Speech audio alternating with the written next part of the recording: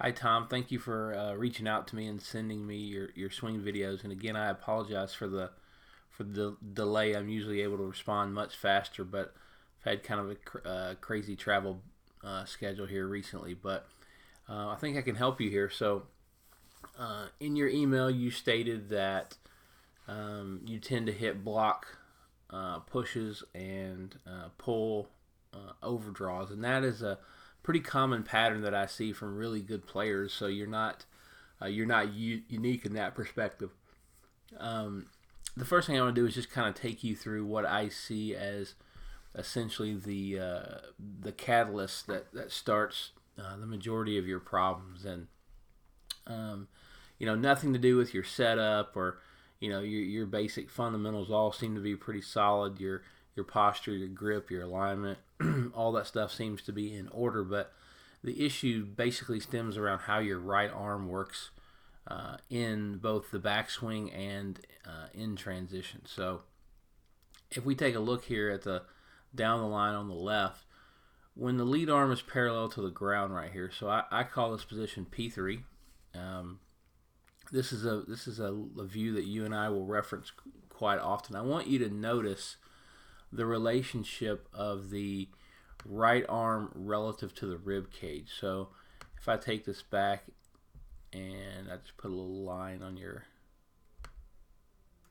rib cage there. So I want you to note the rate that your right elbow flexes and moves across that line in your rib cage. So you can see that the right arm gets pulled well behind you. And I know that is in an effort to, probably have some depth to your hand path, be shallow, all those things that you see on Instagram and online golf instruction world. It's a very popular thing right now, depth to the hand path, and it's an important one. But I see a lot of players tend to overdo it at times, and I don't like to see the left arm adduct or move across the chest as much as you're doing right here, because that tends to cause the right arm to overflex in the backswing. And that's exactly what you do. So if you look at Justin Thomas over here on the right, I'm looking for more of this right arm relationship to the rib cage, and I'm also looking how the right arm is externally rotated. So notice how the elbow is pointing downward here, whereas yours is more pointing in this direction. So your right arm is overflexing, it's pulling back behind you, and it's slightly internally rotating. And what that causes is the club to just kind of go up across the line a little bit at the top. And that's all fine and dandy. Like this top of the backswing position that you're in right here, I mean, it looks like Jack Nicklaus in his prime. So I'm not saying that you can't play good golf from there, but it's hard to play good golf from the position that you're about to be in when you transition the club. So when you transition, your right arm gets super narrow. And what I mean by that is it bends a lot. You're flexing from the elbow a ton right here, and you're also creating a lot of lag in your wrist angles. And the face-on view shows us just a little bit better. So I'll look at that right now.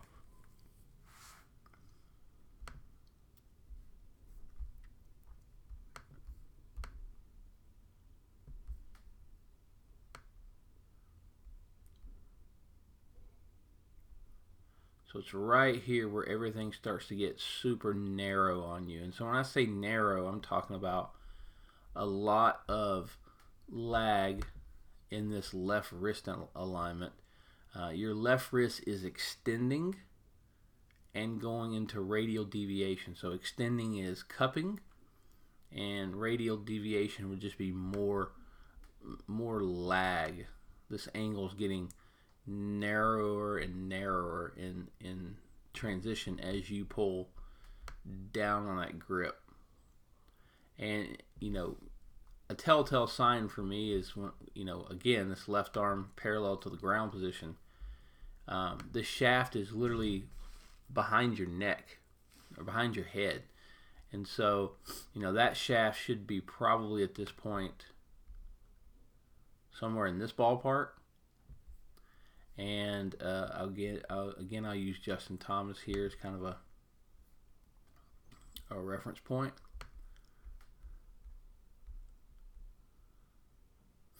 But you could say he's probably got about 90 degrees of angle between, his lead arm and the shaft at the top of his backswing. And that's, fairly similar to what you have. You might have a little bit more than he does. But the difference is in transition, he is going to be pitching that center of mass in this direction. It's going to be moving up. And this angle is going to be widening out. And the reason why yours doesn't do that is strictly because of this left wrist. You start to cup and extend the left wrist and pull hard on the grip, and your right arm stays narrow. And if you watch JT on the right, you see the angle between the left arm and shaft widening out right away. And the reason for that is because he has a completely different wrist alignment than you do. Okay? So I want to go back to describing that again, because I want to make sure that you understand what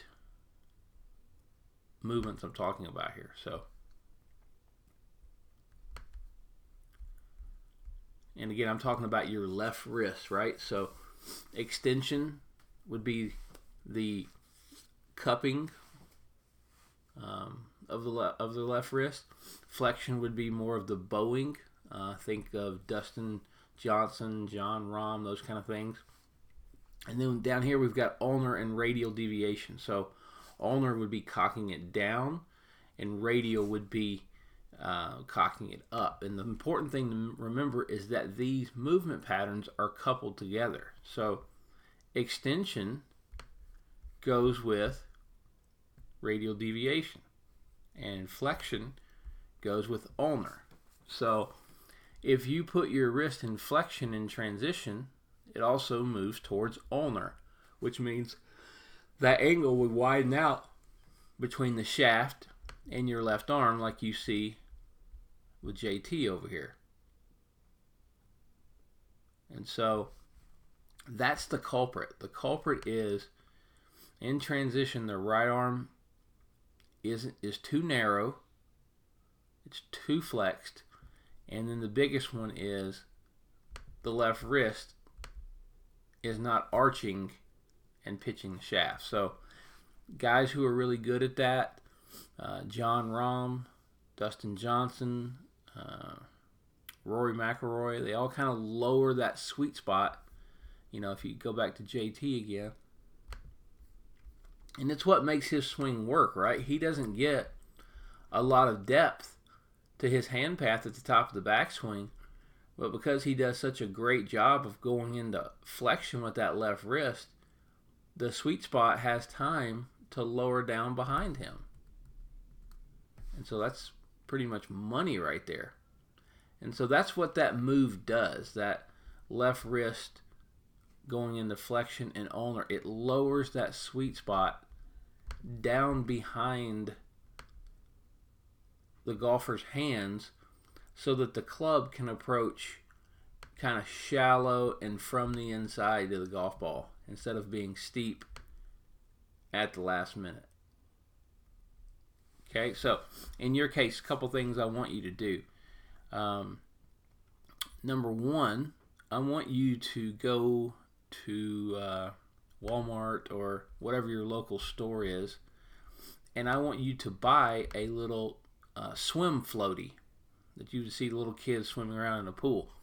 And I want you to put that floaty on your right elbow. And I want you to make it, I want you to blow it up fairly tight, because the first thing I want to do is I want to stop your elbow from flexing so much in the backswing. The next thing I want you to do is I want you to feel in transition, we'll probably start doing this with a 7-iron or so, not necessarily a driver.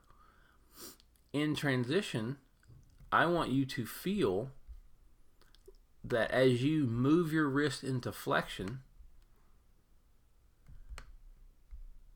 you feel the angle widening just a little bit, like you're going to pitch the shaft up and back behind you. And that's going to do a couple things. A, it's going to lower the club down behind you nice and shallow, and then the B, that's going to make the path move a little bit more in to out. So you're going to have a little bit more of a built-in draw there, versus in your case, when you creating all this lag, you've got to get that angle between the left arm and the shaft out somehow. And the only way to do that is to really curve your hand path left hard right at the bottom. Now, you do a lot of things really well in your golf swing. So, I mean, this is a tough one to solve because you're a very good player. You obviously generate a lot of speed. But that wrist alignment, I would also, over time, I know it's tough to do all at once, but over time, I would like to see your left hand grip work into a little bit more neutral. Not quite as strong as you've got it right here. Something more like what JT and Spieth and Rahm have. So you could see definitely a difference in those left hand grips. The stronger your grip is, the more the left wrist is forced into extension. And so if you just kind of look here, you can see that angle that's created right there. So that's extension in the left wrist, and that's what's happening in transition, and that's where a lot of that lag is coming from. So over time, I would like to see you try to get the left hand grip rotate a little bit more in this direction to get it a little bit in a little bit weaker position like we see over here on the left. Take your time with that, because I know a good player making a grip change is very weird and kind of chaotic in the beginning. So do that over time. But that's where I would go with you. So I would slightly modify the grip. I would have you hitting balls with the swim noodle. The swim floaty blown up pretty tight on your right elbow to keep it from overflexing in the course of your backswing. And I want you to retrain those wrist alignments in transition, trying to get that lag out of there and trying to feel that, the matchup there is, even though I'm weakening your grip, you're probably thinking, well, how am I going to square the face? Well, you're going to square the face because in transition, your left wrist is going to move more toward flexion now, a little bit more bowing and arching. And that's going to close the face instead of, having such a strong grip to close the face. We're trading the strong grip for all that extension and radial deviation or lag in your golf swing. And it's just, you can get away with it with an iron, but it's just really hard to be a good driver of the golf ball doing that. So I hope this video helps you. Shoot me an email if you have any questions.